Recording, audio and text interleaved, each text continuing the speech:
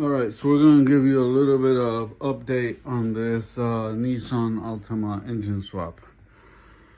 It is Monday night. Well, actually Tuesday morning, but it was Monday night for me. I haven't been to bed yet.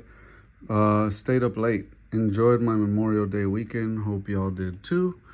And after Memorial Day, I supposedly was gonna rest and hit this tomorrow, but when you're behind and you got a lot on your plate, it's kind of hard to just let yourself rest when you know you have everything on your plate. So screw rest right now. We put in a late night here. I'm gonna get a couple hours nap, 4 or 5 hour nap, and wake up and hit it again. But this is a good stopping point, and I wanted to document it. So this motor's pretty much ready to just be lifted out. There's two things keeping it in the engine bay still. The motor mount on the back side, on the bottom there, is holding it. And that motor mount over there on the transmission is holding it. This motor mount is freed up and not holding it. It is actually resting on the subframe with the oil filler. It's kind of resting on there. So I'll go in here and I'll loosen those motor mounts. You can see I already got my CV axles and everything else out. I will loosen those motor mounts, and then I will loosen the transmission motor mounts. Had all my suspension components out on the front side of it. I'm gonna attempt to remove this. Hopefully it cooperates. We'll see how that goes. With the AC compressors still attached in the vehicle, so they don't have to pay to get it recharged. I unbolted it from the engine. Plan to hopefully be able to lift the engine and transmission up with it cooperating and staying out of my way. This engine blew out the bottom end. And so, yeah. Hole in the block there. And these are the numbers on the original motor that's coming out. It's QR25 119968V. You got RP and MH 2223 over here on the block also. So that is the factory casting numbers on the blown bottom end. Nothing on this motor is good anymore. I don't know why this camera struggles with autofocus. Except the cylinder head. The cylinder head will be good to somebody that needs a cylinder head for these cars. The bottom end is garbage. Transmission is going to be reused. Over here, I removed the fender well to properly get to radiator hoses, cooler hoses, and transmission plugs and grounds. CV axles out, suspension is out. Still trickling a little bit of fluids, even though it drained.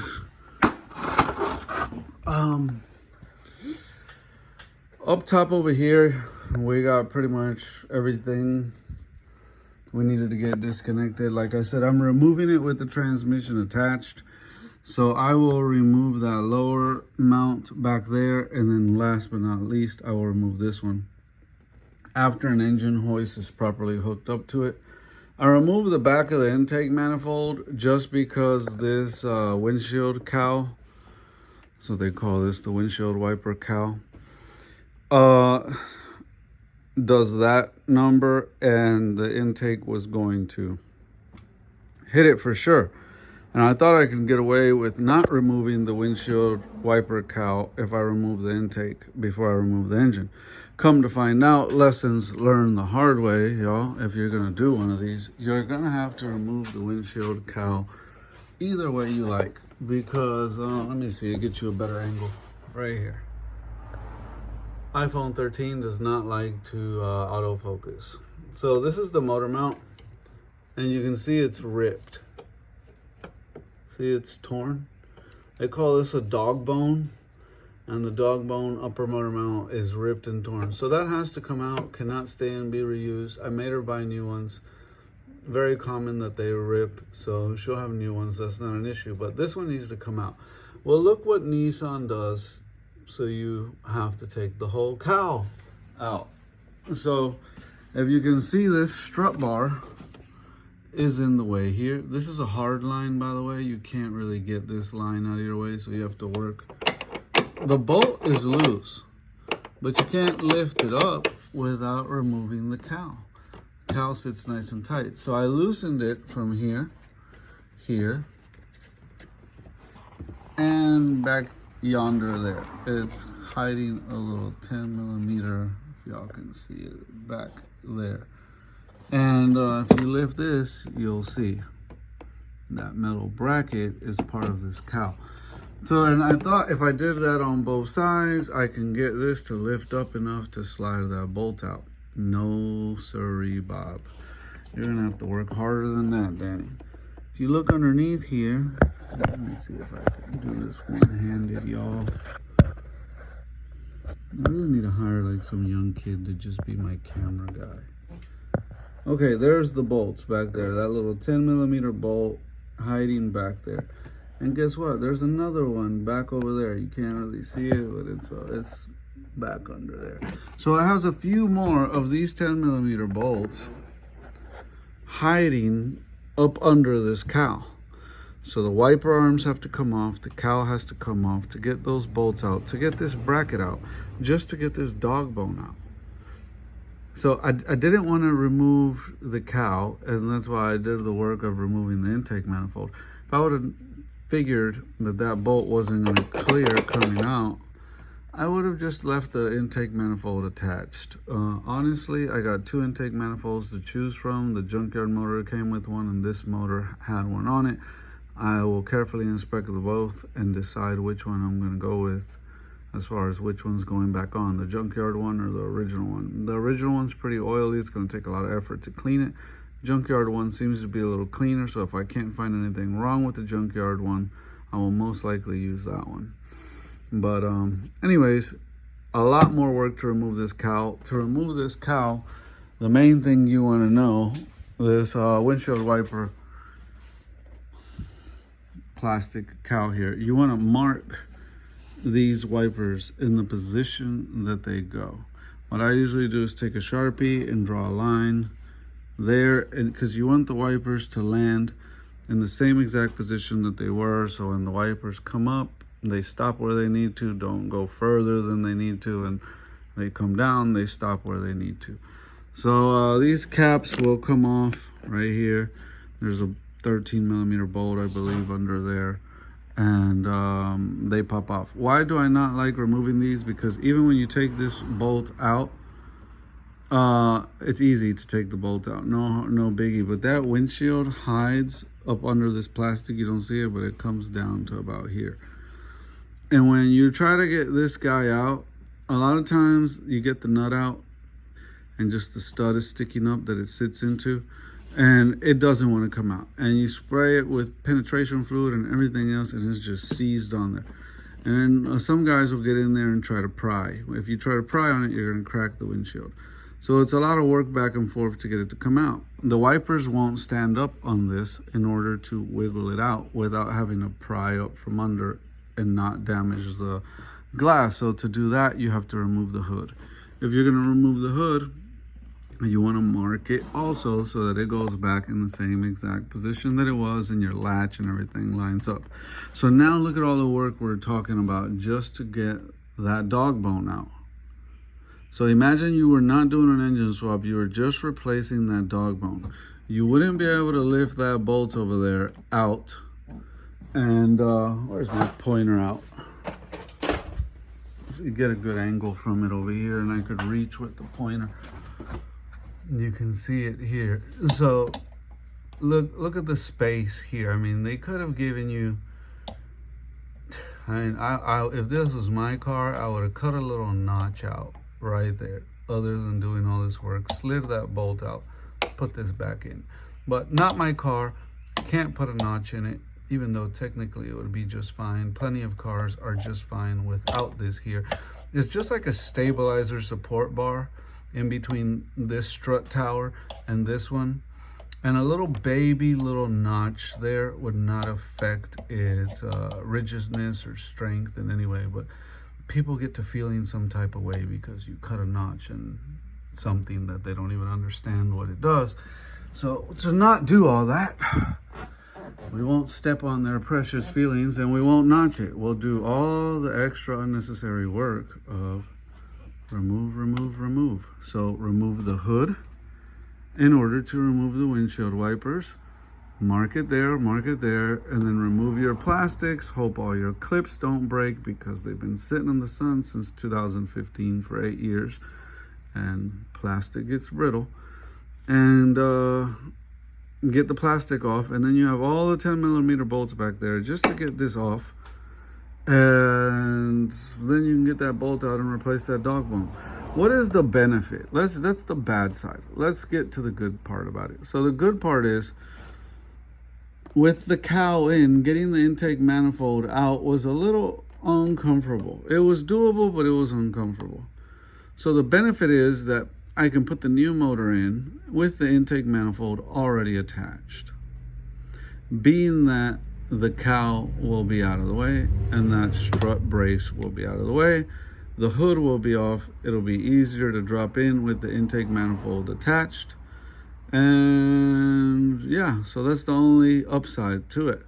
But then, like I said, all the work here. I would have rather not had to do all this work of removing hood, removing windshield wiper, cowl, the liability, and are you going to crack the windshield or not, and all that, and just wiggled, drop the motor in, notch that out over there. So if this is your car and you don't care about putting a little notch that out over there, and then drop just the motor in without the intake. It'll fit perfectly. And then wiggle your intake in there, bolt it up, and you're done. Capiche? Where there's a will, there's a way. This intake manifold can be a little bulky, but it'll slide in there. And if you look here, really you don't need to notch out much. It's just a little slit, and then I'd bend it over, slit, and there's your notch. Just enough for that bolt to go in and out. And in the future, since these dog bones go bad so often, you'd be able to easily replace the dog bone in the future servicing of this vehicle, because nowadays all this stuff is made China quality and it's probably not going to last forever anyways, the new one. So yeah, you'd be able to pull that out 1, 2, 3. But we're not going to notch it, and if they ever try to bring it back to put that dog bone back in it in the future, I just know what to charge them. Let's leave it at that. To have to do all that again without notching it. So if you're watching and this is your vehicle, not these people's vehicle, and you're like, the hell with all that, there's your answer. Put a small little baby notch in that over there, get that bolt out and be done with it. We're going to do it like if the dealership did it for these people, and the dealership wouldn't notch it. They'd do all this extra work. But engineers don't give a rat's ass about mechanics when they think about stuff like that. They just do what they're going to do. Anyways, let's move on to other topics of conversation. This is all your... it's a little heavy. This is all your harness. There you go. Now you can see it. There's your harness. So this harness has a bunch of connectors, right? And you want to look for breaks in the wires. You want to look for wires that were rubbing up against something and got hot and melted themselves. It's a matter of just caring, because if you don't, and you plug this in, and then you got lights up on your dash, looking like a Christmas tree, all the lights lit up, and you're like, I plugged everything in, what's wrong? And this looks like spaghetti, I know, but when you've been doing this your whole life, it's not that big of a deal. To the average person, this can be overwhelming. But you want to make sure that you're thorough enough to inspect all your wiring, all your plugs. I take the compressor and I blow out inside of each little pigtail, inside of each little connector. I will take compressed air and blow that out. I will make sure that my rubber O-ring is in there and clean them up, and then I will rewrap with electrical tape this whole entire harness. That's very time consuming. It takes time, but it needs to be done. It's 10 years old, 10. I want to say 10, it's 8. You can see here, all this stuff starts to just peel off, see? So you can't say you cared if you just put it back together like that. So I will rewrap all this, inspect every wire, blow out every pigtail. It's time consuming, I get it, but it's worth it in the end, because when you plug everything up, you know everything's gonna work. You also want to be gentle with pigtails when you release this. These are old and brittle, keep that in mind. I was able to remove every single pigtail on here without breaking any of them at all. I've been doing this a lot longer than the average bear, and I have a little more experience with removing these old stubborn pigtails, but I got a lot of finger strength, put it to you that way. But you get nicked up, cut up, reaching your hand in certain places. And if you need to, don't be shy about taking some pictures of where each plug and where each wire goes. I've been doing this since I was knee high, so I just have developed muscle memory to know what each pigtail does and which way it was routed according to the kinks and bends in it. It just, I don't know, it just comes back to me. I got a photographic memory, I think it's what it is, but I know where all that spaghetti goes without having taken a single picture. The average person, you definitely want to take your pictures and follow them carefully for reassembly. But anyways, tonight we stop here just because it's getting late, even for me on this late night. And tomorrow, all we have to do is disconnect that motor mount, hook up the engine hoist, lift out motor transmission will come straight out. I will, before I do that, I will remove the hood. I will remove the windshield wiper cowl just because.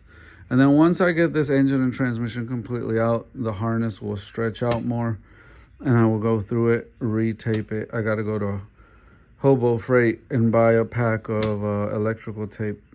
You'll go through, if you're taping the whole entire harness and doing it right, you'll go through about 4 to 5 rolls of tape. If you went through more than that, you overdid it. If you use less than that, you underdid it. It's somewhere in between 4 and 5 rolls is what I usually go through when I redo a harness for a little 4-banger like this. A V8, I would probably use 5 to 6 rolls of electrical tape if you're doing it right and retaping the whole entire harness. But anyways, moving on, harness retaped. When the engine's out, we'll clean the frame, we'll clean down by the rack and pinion, we'll get everything prepped and cleaned. The motor will be sitting out on the ground over here. I'll make a video of it. It'll be sitting next to that one on this engine hoist. And after a couple hours of well-deserved sleep. And then after all, it's out here. It will be remove the transmission and install rear main seal there, flex plate, torque converter, all that, attach. And then we can grab that with the engine hoist and drop it in with the new motor. One last thing I wanted to point out. There's a lot of prep work in between. Like, that all sounds quick and easy when I'm talking to you, but keep in mind, there's a lot of dotting the I's and crossing the T's in between all there. You know, like, that motor needs a lot of stuff put on it before it gets dropped in. Intakes have to be properly inspected and cleaned, and I mean both, so I can get a real close look once it's cleaned. If there's any issues, this motor blew, I don't know what blew up into the intake. I don't know. So I'm less reluctant to want to use that one and leaning more on using the one that came with the junkyard, because it wasn't attached to a motor that blew up. But the one from the junkyard could have been cracked while being removed or something, and I need to inspect it to make sure it wasn't, or you'll have vacuum leaks and issues once the car runs. What else was I going to point out? Yeah, this engine definitely blew, and it blew hard, like hard. Let me move these cooler hoses and try to show you. Let me see if I can get this to...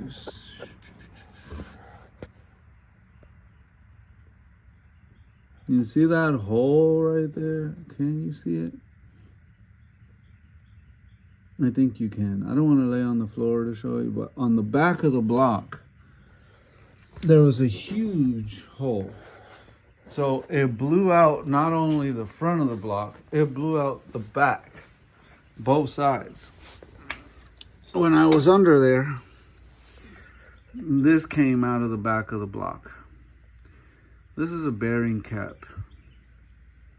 It didn't have fun. You can see all the scoring and it's banged up. And yeah, that bottom end is junk. And it's the bearing cap without the bearing. The bearing is still on the crank. But yeah, that came out of the hole on the back of the block.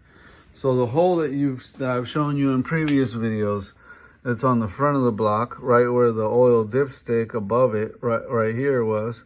And then I noticed when I got the intake manifold off, there's a bolt on the back of the intake manifold.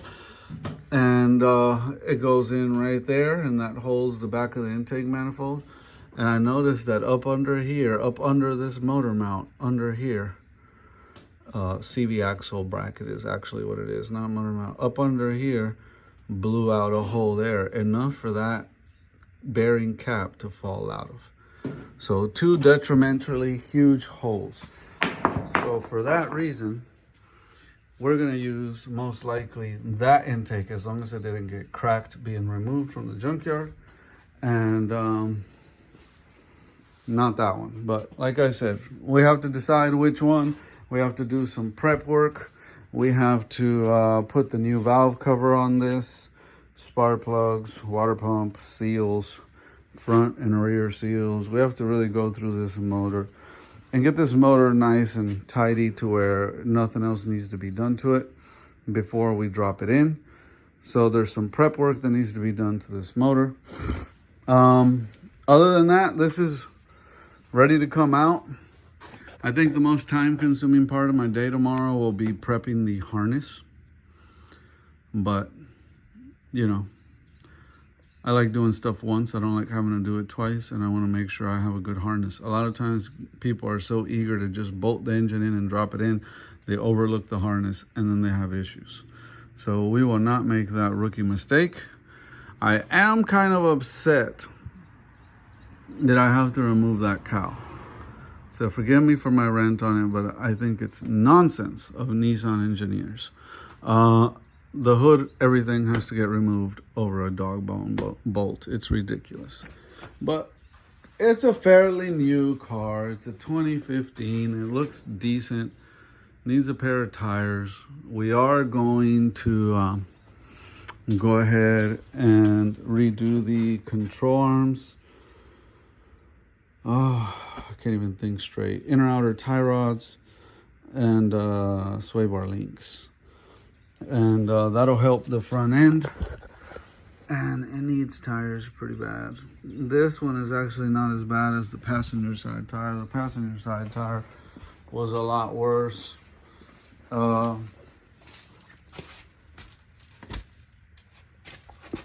control arms were pretty rough shape, ripped and torn, and you could see that tire's seen better days.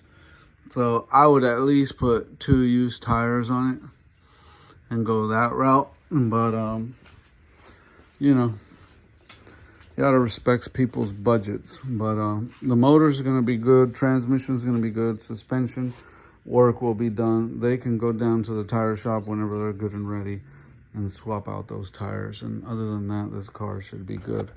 It's getting pretty late. So late even for me. When it's late for me, it's because it's late.